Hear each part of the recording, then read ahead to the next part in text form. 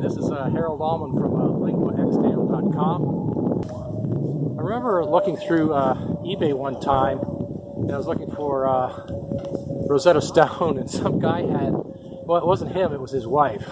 This guy had bought all of these copies of Rosetta Stone in these various languages, and she had up 5 or 6 different languages. And this is about 7-8 years ago, when Rosetta Stone was probably selling their 3-volume set for around $500. So he spent a lot of money on these language courses. And what happened? You know, he got the courses, he probably went through a few of them, and he just got bored and he gave up. So essentially what he did is he burned out. So when you're learning a language, some people might say it's a marathon, it's not a sprint. But I don't think that's a good analogy. I think a better analogy is the difference between your average car, which is probably 150 horsepower to 200 horsepower, that you drive to work 5 out of 7 days a week, and on the weekend you take it to the grocery store and you do your shopping. And the car typically lasts 100,000 to 200,000 miles, and it probably lasts that's probably over a time period of about 15 to 20 years. Contrast that with some of the other types of cars that you see, like the ones that you see in drag racing. There's a category called top fuel and funny cars that have extremely powerful cars, about 8,000 horsepower. Of course, that's all estimated because nobody can run them on a dynamo long enough to figure out what the real horsepower is. And those cars last about 4 seconds through their job. Their job's to get you to the finish line, which is less than a quarter of a mile now, I think, as fast as possible. And that happens in less than 4 seconds. So you don't want to be a top fuel dragster. You don't want to be a funny car driver because you're just going to burn out too fast. And so I want to show you the entire life cycle of a top fuel dragster. So you'll not only see them doing the actual race, but you'll see them doing the warm-up, which they call the burnout, which is appropriate. This is videos about not burning out. They are going to do a burnout, and that warms up their tires. After the tires are warmed up, they back up, they get ready, they stage, the light turns green, and they zoom down the track. Deploy the parachutes, and that's it. So the whole thing takes about 3 minutes approximately. You'll see it. I'll put the whole clip in here so you can see it. So let's go over to Ennis, Texas, and have a look at the drag racing.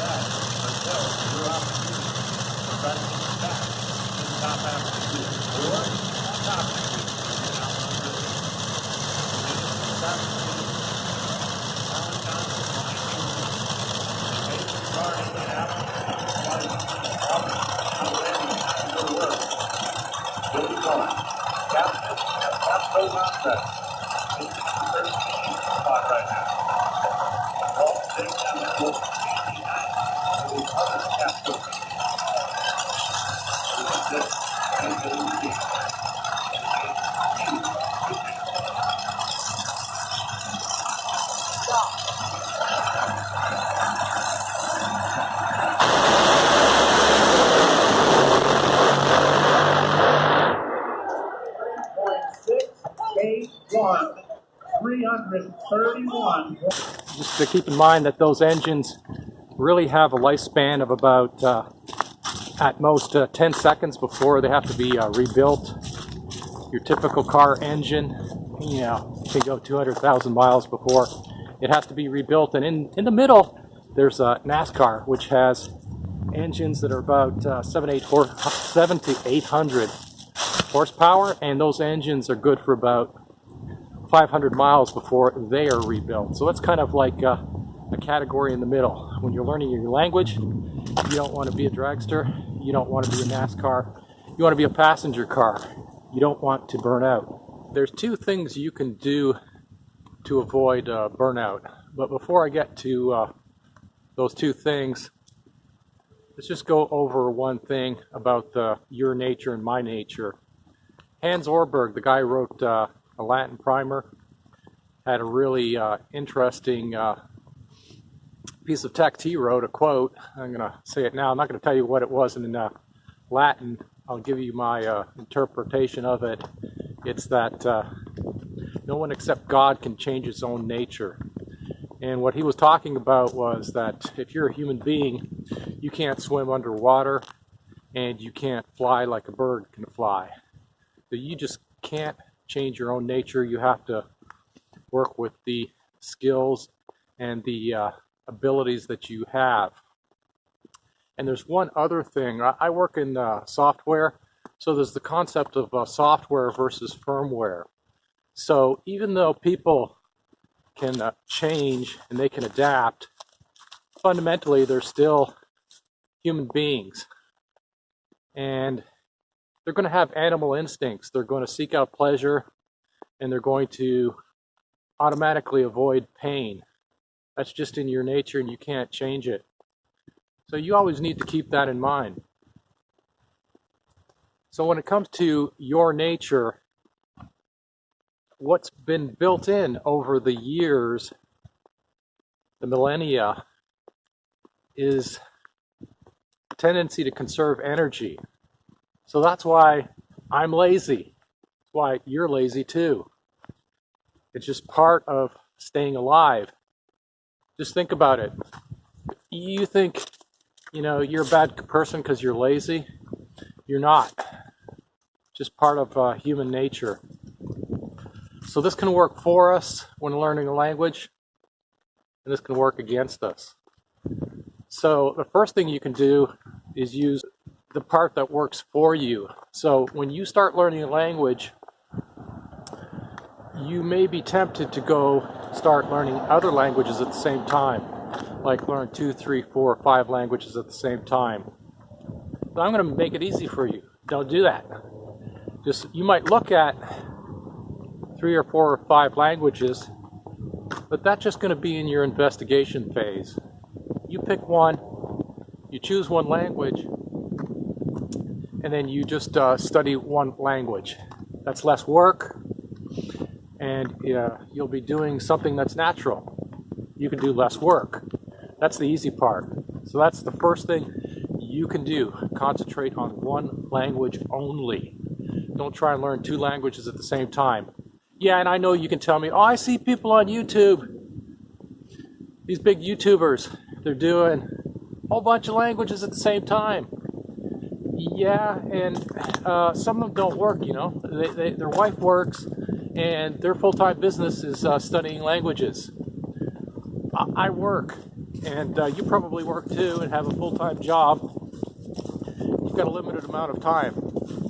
So just keep that in mind, that these people who are doing all these multiple languages probably have a lot more time to spend on learning languages than you are, okay? Now, the second thing you can do to avoid language burnout, you need to develop habits. One of the habits you need to develop is spending about 30 minutes a day, 4 or 5 days a week studying your language. Now, you can study a language 3 or 4 hours a day, once a week, or you can do it 4 or 5 days a week. And it's generally better to do it 4 or 5 days a week because it's more spread out and there's more repetition throughout the week, and that will help you pick up the language faster than doing it just once a week. So why is that? Well, just go look at how people, when they're children, they learn languages. They don't learn a language one day a week. They're learning the language every single day, 7 days a week. So it's just more natural to do it 4 or 5 days a week than once a week. And the other thing you want to do is keep to a schedule and develop a habit of doing this. That's absolutely key. And if you can only spend 2 minutes a day studying your language, then do that. Because if you go to the trouble of watching TV, listening to radio, or opening up your language textbook, then you'll keep that habit going. And one of the tricks is, when you miss a day and you don't study, never miss twice. Yeah? So if you miss twice, then you're going to miss 3 times and 4 times, and pretty much after that you've developed a habit of missing. You don't want to develop a habit of missing. So when you're studying the language, don't miss twice. And then the other thing is that if you do miss, if you're studying 4 or 5 days a week, you've got the other 2 or 3 days to do like a make-up studying session. So if you're doing it 7 days a week and you miss a day, well, you missed a day and there's no way to make it up. I guess you could double your study time on another day. And also, if you're taking 2 or 3 days off, kind of gives you a break. So that's the second thing you can do when you're learning a language. So to summarize, we're human beings. We tend to be lazy. We don't want to do work if it's not necessary. So it can work to your advantage. Just study one language. It makes it easier. And the other thing is to develop a habit of studying a language for about 20 to 30 minutes 4 or 5 times a week. That wraps up this episode. If you liked it, please subscribe to the channel. Take care, and I'll see you in the next episode.